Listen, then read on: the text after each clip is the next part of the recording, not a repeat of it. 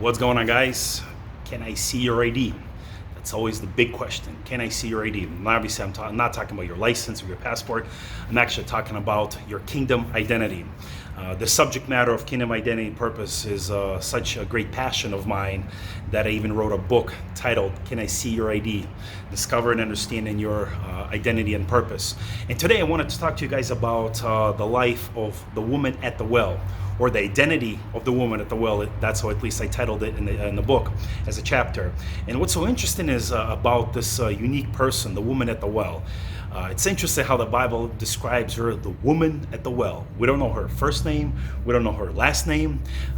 We just know she was a woman and she was at the well where she encountered Jesus. And obviously a couple things that we can actually learn from her.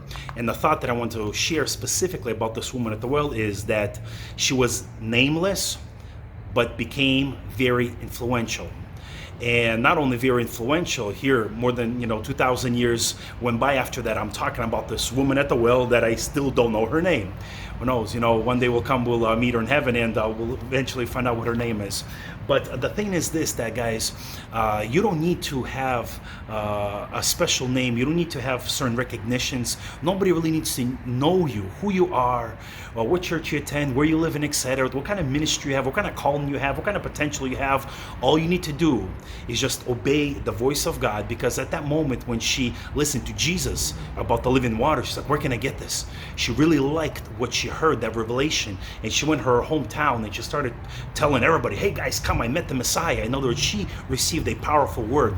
And when you receive that powerful word and that revelation concerning your life, concerning your purpose, concerning what God has equipped you with and what you can do upon this earth, of course that's going to excite you and you're going to start doing it. And you know that oftentimes we only see individuals on TV and social media in big churches, etc. We know them by name because they're writing books and etc. And sure, there's nothing wrong with that, but there's actually many people, many believers, many children of God that whom we do not know, we'll never meet, but they're actually doing awesome and great and phenomenal things.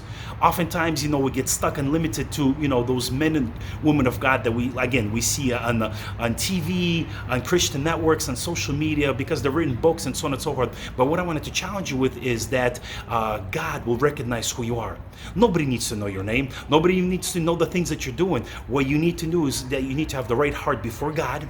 And when you have the right heart before God, that even though others will not know you, but you will become very influential. And you're going to deposit those seeds in the life of those people, that their lives will be changed and transformed just as much as this woman. You got to keep in mind, not only she was a nameless woman, but she had 5 husbands, and the guy she was living with, her boyfriend, was not her husband. But you know what? That did not stop her because of the revelation she received. And when she went and she evangelized and preached to her whole town and city, they came out to see the Lord. In other words, she was like the evangelist, an unknown evangelist that to this day we do not know her name. So I want to challenge you, encourage you, my friend, that do not worry about trying to look for status, for brand names.